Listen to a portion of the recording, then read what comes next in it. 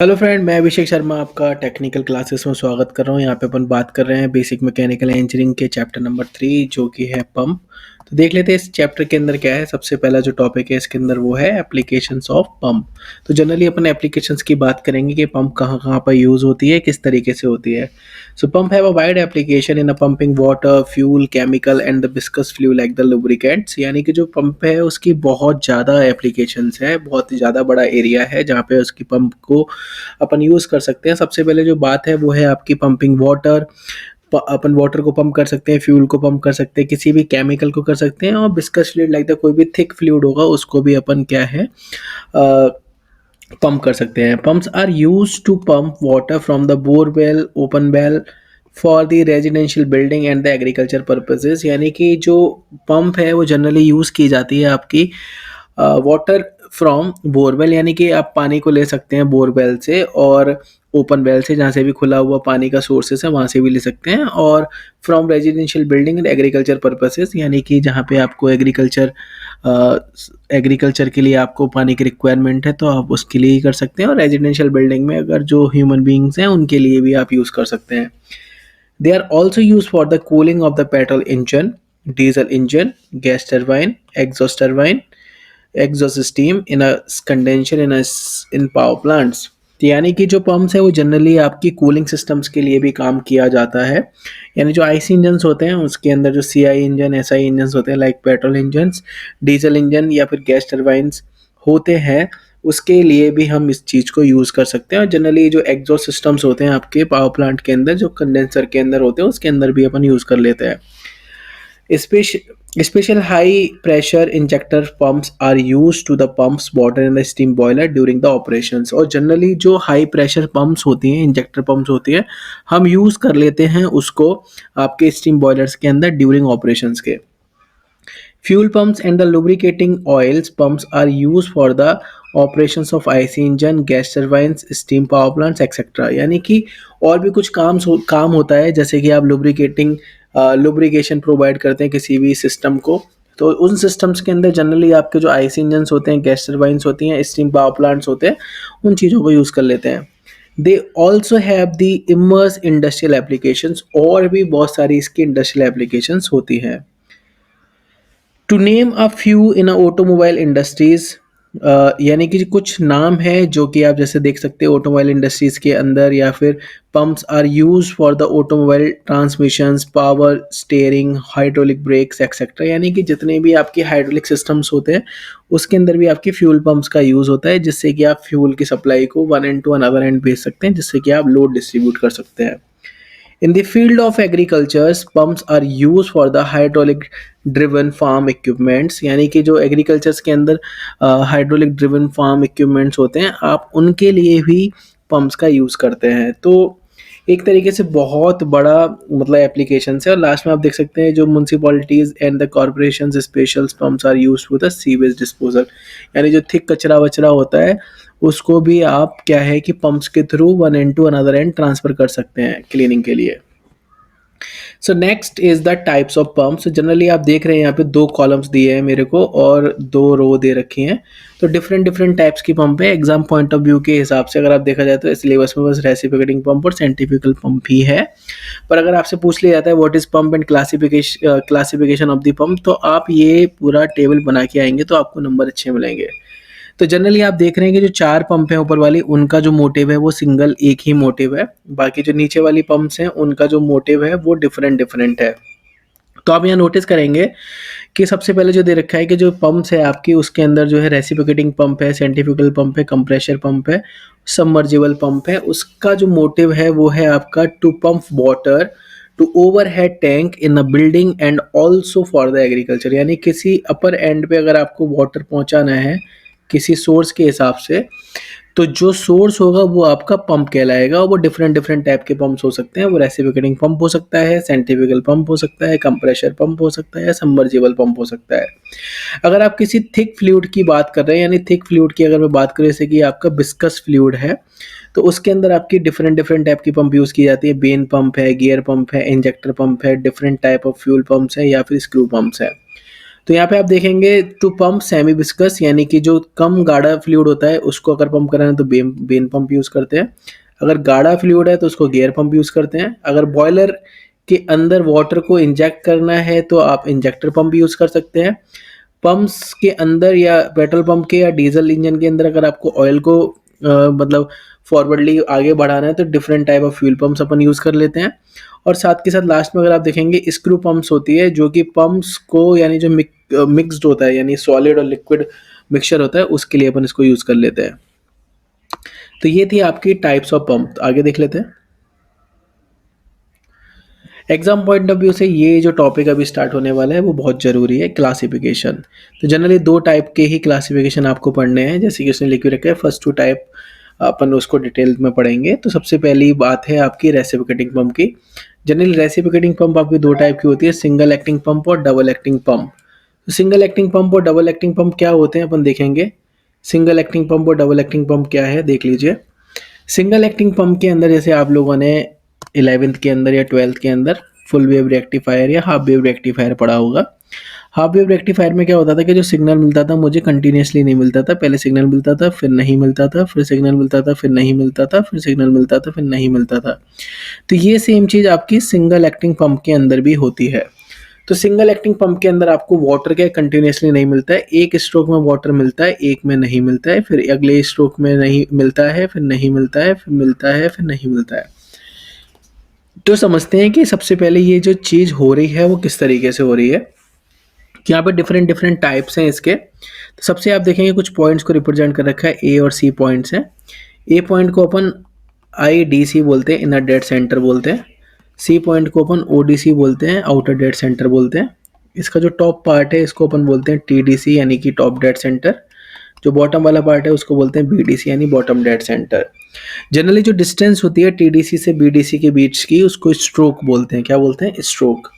और बोला जाए कि क्रैंक के एक रोटेशन यानी कि अगर आपकी जो क्रैंक है अगर वो आपकी 360 डिग्री घूमती है यानी कि पूरा एक रोटेशन लेती है, तो उस केस के अंदर आपका TDC से BDC और BDC से TDC तक वो जाएगा। यानी कहने का मतलब क्या है कि क्रैंक के एक रोटेशन में मेरे 2 स्ट्रोक हो जाएंगे। तो यहाँ पे आप देखेंगे कि जो पंप है उसके एक स्ट्रोक में क्या हो रहा है, तो वो अपन यहाँ पे जनरली देख लेते हैं किस तरीके से यहाँ पे क्या हो रहा है। तो आप नोटिस करेंगे यहाँ पे कुछ चीज़ें, जो सबसे पहले है इसके पार्ट्स। तो क्या क्या पार्ट्स हैं इसके जनरली वो देख लेते हैं। सबसे पहले आपको दे रखा है यहाँ पे क्रैंक शाफ्ट, जो कि आपके सेंटर में लगी हुई है, जो कि 360 रोटेट करती है। इसके साथ अटैचमेंट में आपकी क्रैंक लगी हुई है जो कि उस क्रैंक शाफ्ट से कनेक्टेड है, तो वो भी 360 रोटेट करेगी। Crankshaft is also connected with the connecting rod, और connecting rod is connected with piston with the help of the piston rod. यानी कि आपने देख लिया कि क्रैंक शाफ्ट क्रैंक से कनेक्टेड है, क्रैंक आपकी कनेक्टिंग रॉड से कनेक्टेड है, और कनेक्टिंग रॉड पिस्टन से कनेक्ट होती है with the help of piston rod. और जो ये पिस्टन है वो एक सिलेंडर के अंदर फिक्स है। इस सिलेंडर के पास मेरी 2 पाइप हैं, जो है एक सक्शन पाइप, एक है आपकी डिलीवरी पाइप। और जो डिलीवरी पाइप और सक्शन पाइप है उसके अंदर वॉल्स लगे हैं, डिलीवरी वॉल और सक्शन वॉल। साथ के साथ इन वॉल्स के अटैचमेंट में अगर आप देखेंगे कि सक्शन पाइप के अंदर कुछ थोड़ा और एक्स्ट्रा है, जो है आपकी foot wall with a filter. यानी फुट वॉल एक आपका नॉन रिवर्सिंग वॉल बोला या नॉन रिटर्निंग वॉल बोल सकते हैं, जिससे पानी एक बार अंदर जाएगा वापस नहीं आएगा। फिल्टर आपको पता ही है फिल्ट्रेशन का काम करता है, सैंड वगैरह जो इम्प्योरिटीज़ वगैरह होती हैं उसको जाने नहीं देता है। तो आगे चलते हैं। तो इसमें बता दिया कि कौन कौन से पार्ट हैं। एक सिलेंडर है जिसमें पिस्टन लगा हुआ है, पिस्टन रॉड है, कनेक्टिंग रॉड है, क्रैंक शाफ्ट है। उसके आगे आप देखेंगे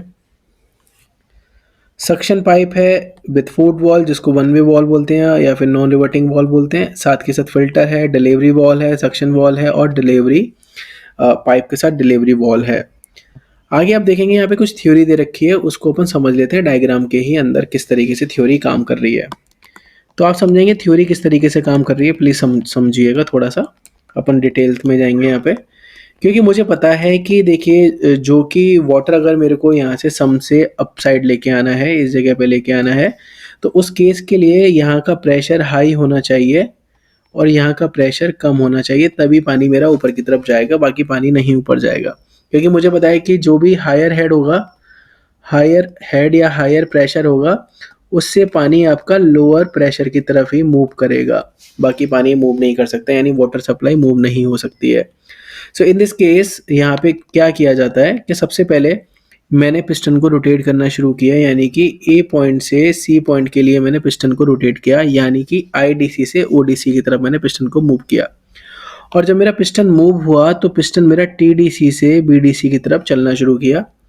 जब टीडीसी से बीडीसी की तरफ चलना शुरू हुआ तो आप देख सकते हैं कि इस केस के अंदर यहाँ पे मेरा वॉल्यूम इंक्रीज हो रहा है, तो साथ के साथ प्रेशर डिक्रीज होगा। वॉल्यूम बढ़ रहा है, प्रेशर कम हो रहा है, क्योंकि मुझे पता है कि P V is equal constant होता है और जो प्रेशर है वो इन्वर्सली प्रोपोर्शनल है आपके वॉल्यूम के। तो इन दिस केस यहाँ पे जैसे जैसे वॉल्यूम बढ़ेगा प्रेशर कम होता जाएगा।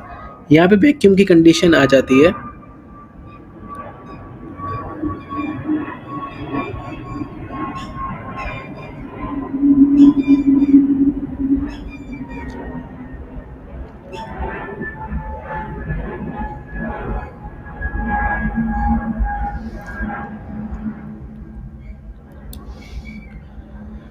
तो वैक्यूम की कंडीशन आ जाती है, इस केस के अंदर वाटर मेरा अपलिफ्ट हो जाता है। बट बाकी दूसरे स्ट्रोक के अंदर क्या होता है, जब सी से मैं ए की तरफ जाता हूँ तो उस केस के अंदर मेरा जो पिस्टन है वो बीडीसी से टीडीसी की तरफ मूव करता है। उस केस के अंदर मेरा जो वॉल्यूम होता है वो कम होता जाता है और प्रेशर मेरा बढ़ता जाता है, यानी कि इस जगह का जो इनसाइड द प्रेशर होता है वो प्रेशर बढ़ जाता है। प्रेशर बढ़ने के साथ ही अगर आप नोटिस करेंगे, जैसे ही प्रेशर मेरा बढ़ता है उस प्रेशर के अंदर जैसे ही प्रेशर यहाँ का ज़्यादा होता है वाटर मेरा बाहर चला जाता है। तो ये इसका एक बेसिक प्रिंसिपल है। आगे देख लेते हैं जो कि थ्योरी है। The crank shaft is coupled and the electric motor और अ डीजल इंजन, यानी कि जो क्रैंक शाफ्ट है जो 360 घूम सकती है उसको मैंने एक इलेक्ट्रिक मोटर यानी बिजली की मोटर या फिर एक डीजल इंजन या फिर जो डीजल से चलने वाला पंप है या मोटर है उससे मैंने कनेक्ट कर दिया।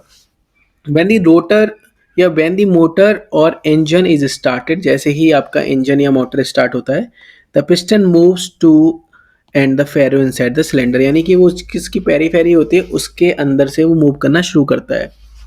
When the piston moves right in the direction of arrow, जो कि मैंने आपको बताया कि टीडीसी से बीडीसी की तरफ जा रहा है, वही उसकी डायरेक्शन है एरो की, टीडीसी से बीडीसी की तरफ जाना।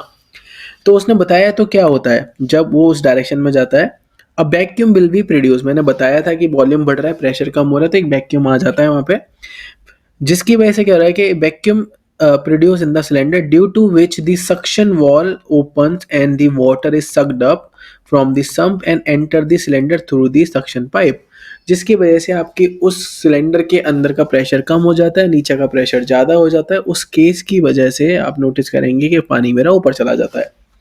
When the piston moves in the direction, यानी कि जो लेफ्ट डायरेक्शन है, प्रेशर इज क्रिएटेड, यानी आपका वॉल्यूम कम हो जाता है, प्रेशर बढ़ जाता है, due to which the delivery valve is open and water is force into the delivery pipe and finally to the required height, यानी कि उस केस के अंदर आपको क्या मिलता है कि आपका जो प्रेशर है वो बढ़ जाता है, अंदर का प्रेशर बढ़ गया तो पानी आपको बाहर डिलीवरी हेड से होता हुआ डिलीवरी पाइप से हुआ आपको बाहर मिल जाता है। तो ये कुछ फंडामेंटल्स थे। तो नाउ अपन स्टार्ट करते हैं कि सिंगल एक्टिंग की अपन ने बात कर ली है, तो अपन डबल एक्टिंग पंप के बारे में बात कर लेते हैं। डबल एक्टिंग में सिंपल सिंपल उसी तरीके से जैसे फुल वेव रेक्टिफायर के अंदर अपन को दोनों तरफ से पानी मिलता था, उसी तरीके से यहाँ पे भी हमको सेम आउटपुट मिलेगा कि 2 टाइम्स आउटपुट हो जाएगा। कैसे? क्योंकि इसमें क्या होता है कि जो पिस्टन होता है तो उसमें पिस्टन की जो दोनों साइड होती है वो वर्किंग होती है। जैसे आप देख रहे हैं यहाँ पे 2 सक्शन पाइप लगा दी, 2 डिलीवरी पाइप लगा दी, तो इन दोनों का रोल होता है। तो सेम आप यहाँ देख सकते हैं थ्योरी के अंदर, डबल एक्टिंग पाइप या double acting pump water act both side of the piston, यानी दोनों तरफ की दोनों साइड की तरफ आपका वाटर रहता है। There are 2 suction pipes and 2 delivery pipe, यानी यहाँ पे 2 डिलीवरी पाइप हो जाती है, 2 सक्शन पाइप हो जाती है, जो कि आप फिगर 3.2 में देख सकते हैं। When there is a suction stroke on the one side of the piston, there will be a delivery stroke on the other side of the piston, यानी कि एक तरफ जब हम बात करते हैं जैसे यहाँ पे वैक्यूम है, तो यहाँ पे आप जैसे जैसे देखेंगे ये टीडीसी से बीडीसी की तरफ बढ़ेगा तो इधर की तरफ वैक्यूम बढ़ता जाएगा और इधर प्रेशर हाई हो जाएगा, यानी कि इस तरफ से तो आपका जो वाटर है वो सक होगा, पर इस तरफ से क्या हो जाएगा आपका डिलीवरी हो जाएगा। तो सेम टाइम पे आपको जो double the amount of the water is deliver by the type of pump, यानी इसके अंदर आपका जो टाइप होगा यानी डबल डबल डिजिट में आपको मिल जाएगा पानी, यानी कि 2x में, कितने में 2x। सो डिफरेंस देख लेते हैं कि सिंगल एक्टिंग पंप और डबल एक्टिंग पंप के अंदर क्या डिफरेंस है। सिंपल डिफरेंस है, देख लेते हैं फटाफट से। सिंगल एक्टिंग के अंदर एक सक्शन पाइप होती है, डबल एक्टिंग के अंदर दो सक्शन पाइप हो जाती है। सेम वन डिलीवरी पाइप होती है, दो डिलीवरी पाइप हो जाती है। Water act on the one side of the piston, water act both side of the piston, यानी कि इसमें एक साइड पे होता है पानी और वहाँ पे दूसरी साइड पे होता है। During one rotation of the shaft there is only one delivery stroke, यानी कि इसमें सिर्फ एक ही स्ट्रोक काम करता है। जैसे मैंने आपको बताया था कि जैसे कि इसमें इस तरीके से एक ही काम करेगा, बट यहाँ पे दो डिलीवरी स्ट्रोक होंगे, यहाँ पे पानी आपको कंटिन्यूसली मिलता रहेगा इस केस के अंदर। Water pump will be less, यानी कि इसके अंदर आपको जो क्वांटिटी होगी वो कम मिलेगी, इसके अंदर डबल हो जाएगी quantity. Power of the motor और इंजन इज लेस, यानी कि इसके अंदर कंजप्शन ऑफ द एनर्जी कम होगा, इसके अंदर आपको कंजप्शन ज़्यादा करना पड़ेगा। ये सस्ता होगा, ये महंगा होगा। So next topic is the most important topic, centrifugal pump. तो देख लेते हैं डायग्राम क्या है। सिंपल तरीके से जैसे पहले डायग्राम था उसी तरीके से थोड़ा बहुत डायग्राम मैच करता है। इसके अंदर सक्शन पाइप होती है, डिलीवरी पाइप होती है, इसमें वॉल्स नहीं होते। इसके अंदर क्या होता है, जो सक्शन पाइप कनेक्टेड होती है वो आइस से कनेक्टेड होती है। किससे कनेक्टेड होती है, आपकी आइस से कनेक्टेड होती है। और जो आइस के सराउंडिंग होता है वो इम्पेलर होती है, और इम्पेलर के सराउंडिंग में होती है उसकी केसिंग या कासिंग बोल सकते हैं।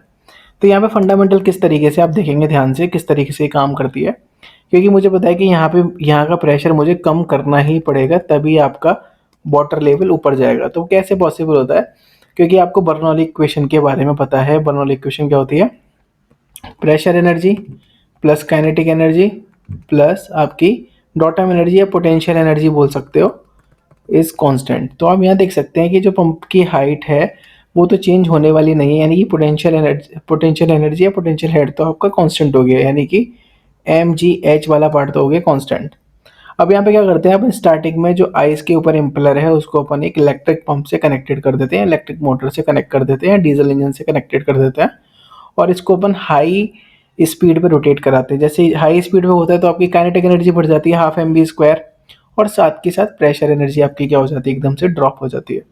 जैसे ही प्रेशर एनर्जी यहाँ पे ड्रॉप होना शुरू होती है उसी तरीके से आपका वाटर ऊपर आना शुरू हो जाता है। अब जैसे जैसे पानी ऊपर आता है तो पानी तो वहीं उस जगह पे स्टक हो जाता है। तो हमने उसकी कासिंग को क्या किया है कि थोड़ा सा इस तरीके से बनाया है कि उसकी जो शेप आप देख रहे हो धीरे धीरे बढ़ती जा रही है, मतलब ग्रेजुअली क्या होती जा रही है, इंक्रीज होती जाती है। तो आपको पता है ये कंटिन्यूटी इक्वेशन से A one B one is equal A two B two, यानी कि ए वन या A V is equal constant, यानी कि area into velocity is equal constant. तो यहाँ आप नोटिस करेंगे कि यहाँ पे जैसे जैसे एरिया बढ़ता जाता है वैसे वैसे वेलोसिटी कम होती जाती है, यानी कि काइनेटिक एनर्जी कम होती जाती है और प्रेशर एनर्जी आपकी बढ़ जाती है। सो प्रेशर हेड यहाँ पे ज़्यादा हो जाता है, इसी वजह से आपका वाटर क्या हो जाता है, डिलीवर हो जाता है। तो ये है आपका basic concept of centrifugal pump. तो देख लेते हैं कौन कौन से इसमें पार्ट्स होते हैं। सबसे पहले एक इम्पेलर होता है जो रोटेट करता है, केसिंग होती है उसके सराउंडिंग होता है, सक्शन पाइप होती है जिसके अंदर फुट वॉल है जिसको वन वे वॉल बोलते हैं। The foot valve will be not allow the water to come down, यानी पानी को वापस नहीं भेजता। एक डिलीवरी पाइप होती है। ये हो गए उसके पार्ट्स। अब अपन बात करते हैं इसके जो सिंगल सिंगल जो पार्ट्स हैं उसके बारे में। सो इम्पेलर, इसके अंदर एक जो चीज़ है प्राइमिंग, वो बहुत ज़्यादा इंपॉर्टेंट है। जहाँ पे आप देख रहे हो कि एक प्राइमिंग प्रोसेस होता है जो कि आपके कैविटेशन को रिमूव करता है, यानी जो आपके वेपर बबल्स होते हैं उसके अंदर पाइप के अंदर उसको रिमूव कर देता है। वो कैसे करते हैं, the impeller is a metallic disc, यानी जो इम्पेलर है वो लोहे का बना हुआ है, मेटल का बना हुआ है, किसी भी चीज़ का बना हुआ है, वो मेटल का है। Fitted with a number of curve veins, यानी उसके ऊपर बहुत सारी पंखुड़ियाँ लगी हुई हैं, कर्व वेन्स लगी हुई है। Initially water will be poured inside the casing and process is called priming, यानी कि आपने क्या है कि उसको पानी के अंदर छुपा दिया उसको पूरे इम्पेलर को। तो उस प्रोसेस को अपन क्या बोल रहे हैं, उसका प्राइमिंग प्रोसेस बोल रहे हैं। क्या बोल रहे हैं उसको, priming. So after priming, the impeller will be the immersed in water inside the casing. When the impeller is rotated by the electric motor or engine, it will be produce centrifugal force due to which kinetic energy और velocity energy will be produced। यानी कि जैसे मैंने बताया कि उसको rotate कराते हैं, काइनेटिक एनर्जी बढ़ जाती है और उसके मतलब उसके कन्वर्जन से क्या होता है कि प्रेशर एनर्जी कम हो जाती है। तो finally converted into pressure energy due to which water is pumped up, यानी पानी ऊपर आ जाता है। अब आगे देखिए केसिंग क्या होती है। सो next is the casing. So casing is surround the impeller, यानी एक तरीके से उसका केस है, जैसे मोबाइल फोन होता है उसके अराउंड उसका केस होता है।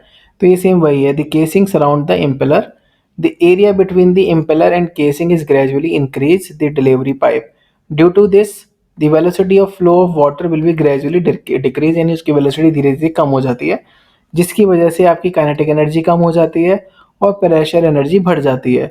इसकी वजह से आपकी 3 तरीके की केसिंग होती हैं, जो कि अपन देख लेते हैं कौन कौन सी होती है। नंबर 1 वॉल्यूट केसिंग, जो अपन ऊपर देख ही चुके हैं सबसे पहले। उसके अलावा वर्टेक्स होती है, एक बॉलीवुड अपन देख चुके हैं। उसके बाद वर्टेक्स होती है, एक होती है केसिंग विद गाइड वेन्स और डिफ्यूज़र केसिंग। सो आपने देख लिया था बॉलीवुड केसिंग में, तो जैसे जैसे धीरे धीरे ग्रेजुअली एरिया बढ़ता जाता है, जिसकी वजह से उसकी काइनेटिक एनर्जी क्या हो जाती है, कम हो जाती है। और यहाँ आप देखेंगे कि जो बॉलीवुड केसिंग होती है उसमें gap between the impeller and casing is comparatively less, यानी कम होता है, जिसकी वजह से एडीज और टर्बुलेंस क्या है आपकी ज़्यादा हो जाती है, जिसकी वजह से एफिशिएंसी ऑफ पंप क्या होती है आपकी कम हो जाती है। However, the size of the casing will be the small and the cost will be less. Size छोटा होने की वजह से इसकी कॉस्ट कम हो जाती है। बटेक्स केसिंग में क्या होता है, फिगर में आप देख सकते हैं, इसकी पेरीफेरी जो केसिंग है वो थोड़ी सी दूर होती है। As shown in figure 3.4a, the space between the impeller and the casing is increased by the introducing the circular chamber, यानी उसके बीच में अपन ने एरिया बढ़ा दिया, जिसकी वजह से एडीज कम हो जाती है, जिसकी वजह से पंप की एफिशिएंसी बढ़ जाती है, पर थोड़ी सी कॉस्ट बढ़ जाती है। आपकी गाइड वेन्स में क्या होता है कि जब भी मुझे फ्लो को रोकना होता है या फ्लो को बढ़ाना होता है, कम करना होता है, तो we just required the guide vanes. तो in this type the impeller is surrounded by the set of the guide vanes और diffuser. The shape of the guide vanes should be the careful design to ensure that the water flow from the impeller enters the guide vanes without shock. Gradually increase in the area vanes reduce the velocity flow resulting in the pressure increase, यानी कि जैसे जैसे अपन उसकी area को कम कर देते हैं उसकी वजह से उसका प्रेशर बढ़ जाता है और आपको वाटर अच्छी तरीके से डिलीवर हो जाता है आगे। और इसका जो लास्ट टॉपिक है, difference between the reciprocating pump and centrifugal pump. Simple है, देख लेते हैं। तो रेसिप्रोकेटिंग पंप और सेंट्रीफ्यूगल पंप में क्या डिफरेंस है। सेट आपकी जो रेसिप्रोकेटिंग पंप होती है उसको हाई हेड पे लगाया जाता है, जबकि आपकी जो सेंट्रीफ्यूगल पंप होती है उसको मीडियम एंड स्मॉल हेड पे लगाया जाता है। रेसिप्रोकेटिंग पंप में can pump less quantity only, यानी कि इसके अंदर अपन को पानी कम मिलता है, पर इसके अंदर अपने को लार्ज क्वांटिटी में वाटर मिलता है। डिस्चार्ज इज नॉट कंटिन्यूस, अगर सिंगल एक्टिंग की बात करेंगे तो वाटर आपको कंटिन्यूसली नहीं मिलेगा, बट यहाँ पे कंटिन्यूस फ्लो मिल जाएगा। कॉस्ट इज हाई, यहाँ पे कॉस्ट इसकी ज़्यादा होती है, इसकी कॉस्ट लो होती है। Can not run at a high speed, इसको अपन हाई स्पीड पे नहीं चला सकते, but can run at a high speed, यानी इसको अपन चला सकते हैं हाई स्पीड पे। कैन नॉट पंप बिस्कस फ्लूइड, यानी अपन इसको मतलब जो बिस्कस फ्लूइड है उसको अपन थिक जो फ्लूइड है या गाढ़ा फ्लूइड उसको अपन इससे पंप नहीं कर सकते, पर इसको अपन पंप कर सकते हैं। अगर आपको वीडियो अच्छी लगी है तो प्लीज़ लाइक ज़रूर कीजिएगा, शेयर ज़रूर कीजिएगा। Thank you for watching guys, thank you so much.